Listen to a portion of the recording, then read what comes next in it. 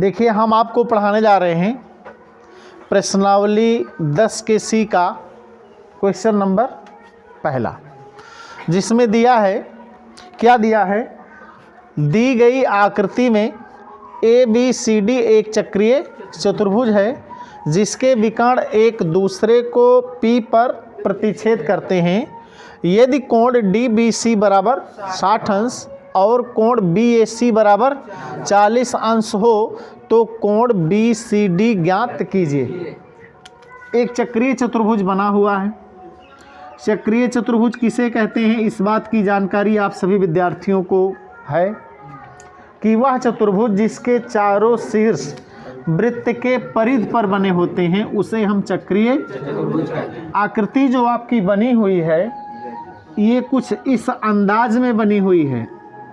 आपके किताब के चित्र में ये वाली रेखा नहीं मिलाई गई है, तो कम से कम इतना समझदारी आपके अंदर होनी चाहिए। परिभाषा के मुताबिक जो आपने पढ़ाई किया है उसके अनुरूप यदि हम चक्रीय चतुर्भुज की बात करें तो वह चतुर्भुज चक्रीय चतुर्भुज कहलाता है जिसके चार के चारों शीर्ष वृत्त के परिधि पर बने होते हैं। यदि शीर्ष परिधि पर ना बने हों तो उसे हम चक्रीय चतुर्भुज नहीं कह सकते हैं।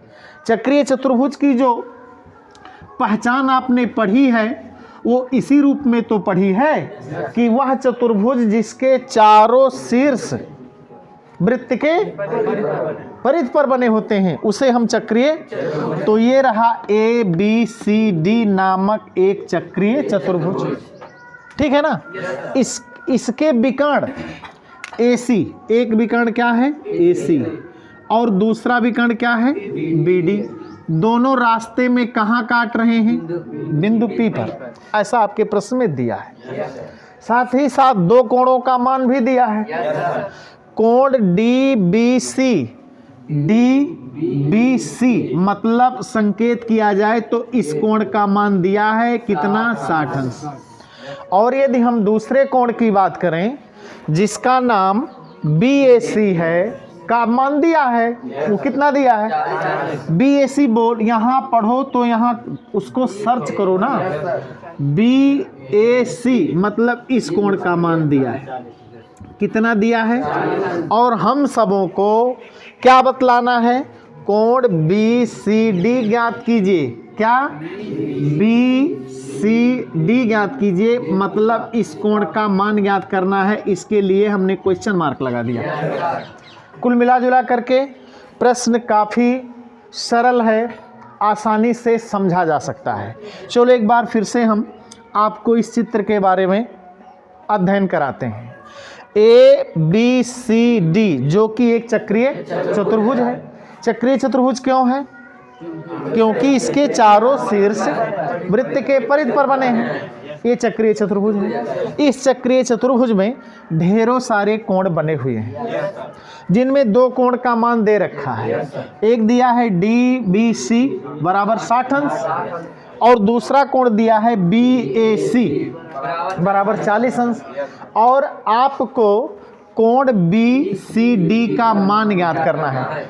तो ज्ञात करने से पहले थोड़ा विचार कर लो कि इस कोण का मान कैसे ज्ञात होगा, थोड़ा सोचो। तो सोचने पर आपको ये मतलब महसूस होना चाहिए कि BCD एक त्रिभुज है। ऐसे अपने मन में इस बात की कल्पना करो कि BCD क्या है, एक त्रिभुज है। यदि इसके दो कोण किसी भी प्रकार से ज्ञात हो जाएं तो तीसरा तो आप सेकंडों में ज्ञात कर लोगे, क्योंकि आपने पढ़ाई किया है कि एक त्रिभुज के अंदर 3 कोण बनते हैं भाई, और तीनों अंतः कोणों का योगफल, ऐसा आपने सुना है। तो कोई दिमाग लगा दें आप जिससे ये वाला कोण ज्ञात हो जाए, तो इस कोण का मान तो तुरंत आ जाएगा। तो इस कोण का मान ज्ञात करना बंद करके इस कोण का मान ज्ञात कर लीजिए, क्योंकि इस कोण का मान ज्ञात किया जाना बहुत सरल है। कैसे, देखिए, यदि हम BC को जीवा मान लें, BC को क्या मान लें, है भाई जीवा। जीवा किसे कहते हैं, जीवा को कैसे पहचाना जाता है? वृत्त के परिधि पर स्थित किन्हीं दो बिंदुओं को आपस में मिलाने वाली रेखा ही तो जीवा होती है। और जीवा क्या करती है? वृत्त को दो खंडों में बांट देती है। एक लघु वृत्त खंड कहलाता है दूसरा। और आपने यह भी सुना होगा कि एक ही वृत्त खंड में चाहे जितने कोण बने, सब के सब आपस में एक दूजे के होते हैं बराबर। ऐसा आपने पढ़ा है। तो आप यदि ध्यान से देखें तो BC हो गई एक जीवा, तो इधर वाला चाप और जीवा के बीच का ये जो पार्ट आपको दिख रहा है वो लघु वृत्तखंड कहलाएगा, और इसके बाद जो शेष है वो दीर्घ वृत्तखंड कहलाएगा। तो तनिक विचार करें तो आपको नजर आ रहा होगा कि कोण BAC और कोण BDC एक ही वृत्तखंड में बने हैं, इस नाते आपस में। तो इस कोण का मान तो इस कोण के बराबर होगा ही ना। तो इसका मान दे रखा है कितना? तो भैया मेरे ये भी तो 40 होगा। ये तो रही मौखिक पढ़ाई। अब इस बात को लिखकर नोटबुक में कैसे प्रदर्शित किया जाए, तो कारण तो आपको बताना पड़ेगा ना कि भैया ये वाला कोण इस कोण के बराबर काहे को है, क्यों है। तो कारण यही है, चूंकि शब्द का इस्तेमाल करके शुरुआत कर दीजिए। चूंकि कोण BAC, यहाँ हल शब्द हेडिंग डाल करके और श्री गणेश कर दीजिए। चूंकि कोण BAC और कोण BDC, क्या BDC एक ही वृत्तखंड में बने हैं। एक ही वृत्तखंड में बने हैं। इसलिए कोण BAC बराबर कोण BDC।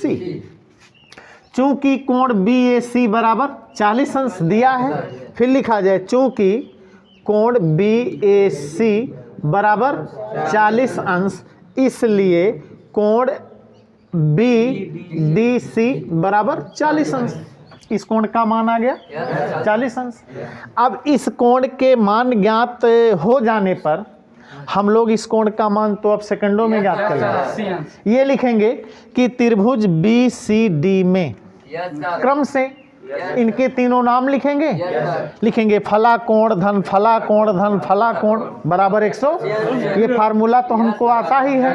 अब इस कोण के नाम पर 40 अंश, इस कोण के नाम पर 60 अंश। 40 और 60 का जोड़ तो 9 के विद्यार्थी होने के नाते आपको आना चाहिए। आ गया कितना? 100 अंश।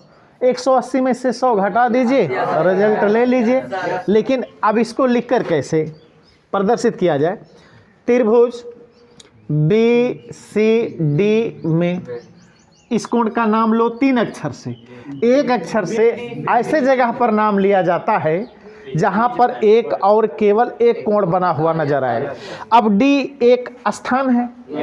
अब इस स्थान पर ये भी कोण बना है, ये भी कोण बना है, ये भी कोण बना है, 3 कोण बने हैं। तो केवल D अक्षर कह देने से कंफर्म नहीं हो पाता कि आप किस कोण की बात कर रहे हैं। इसी नाते जिस जगह पर कोण एक से अधिक बने हों तो वहां एक अक्षर का प्रयोग कभी भी ना किया जाए। ये आपकी सबसे महत्वपूर्ण सीख होगी। तो यहाँ पूरा नाम लिखा जाए कोण BDC प्लस इसका नाम DBC, क्या DBC, और प्लस इसका नाम BCD, और बराबर कितना? देखिए जिन कोणों के मान दिए हुए हैं ना उसको यहाँ स्थापित कर दिया जाए। इसके जगह पर 40 अंश, इसके जगह पर, और इसको ज्यों का त्यों जोड़ आप सभी लोगों को आता ही है। ये हो गया 100 प्लस कोण BCD बराबर 180। भैया पक्षांतर करना तो पक्षांतर के 4 नियम प्लस का पक्षांतर करना किसे कहते हैं? देखिए कोई भी समीकरण हो ना उसके 2 भाग होते हैं। बराबर का चिन्ह आपको दिख रहा है। तो बराबर चिन्ह के बाएं हिस्से को हम लोग बायां पक्ष कहते हैं, अंग्रेजी में इसी को लेफ्ट हैंड साइड कहा जाता है, और दाएं हिस्से को राइट हैंड साइड। तो जब हम कोई भी समीकरण का कोई भी पार्ट, कोई भी भाग एक पक्ष से दूसरे पक्ष में ले जाते हैं ना, तो गणितीय भाषा में इसी काम को पक्षांतर करना कहा जाता है।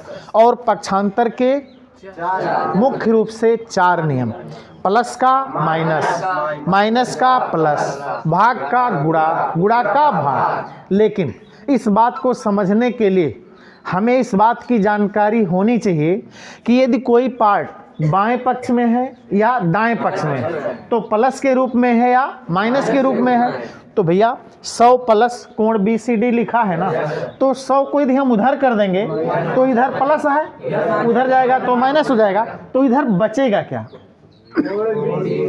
कोण BCD बराबर 180। और जैसे ही आपने घटाया ना, रिजल्ट आपको मिल गया 80। और आपको कोण BCD का मान ही तो ज्ञात करना था। ये रहा इस प्रश्न का आंसर। बात तो समझ में आ गई होगी। देखिए, यदि आपने अच्छी तरह से वृत्त से संबंधित सभी प्रमेयों को पढ़ा है तो प्रश्नावली के सवाल समझने में आपको कोई भी समस्या नहीं होगी। यदि आप ये चाहते हैं कि वृत्त के अध्याय का प्रत्येक सवाल हमारे समझ में अच्छी तरह से आ जाए, तो सबसे पहले ज़रूरी है आप सभी लोगों के लिए कि वृत्त से संबंधित जितना प्रमेय है उसको यदि आप पूरी तरह से सिद्ध करना जान लें तो आपने बहुत बेहतर पढ़ाई किया है। और यदि ना भी जान पाएँ तो उनके द्वारा जो हमको फार्मूला प्राप्त हुआ है वो तो हमको हर हाल में याद होना चाहिए, क्योंकि गणित की विद्या किस पर आधारित होती है? फार्मूले पर। बिना फार्मूले के सहयोग से, मदद से गणित पढ़ने की इच्छा आप ना करें। यदि आपको गणित पढ़ना है तो सबसे पहले फार्मूले का ज्ञान आपको होना चाहिए। बिना फार्मूले के ज्ञान के गणित की पढ़ाई अधूरी मानी जाती है। तो ये क्वेश्चन आपका सॉल्व हो गया? Yes sir.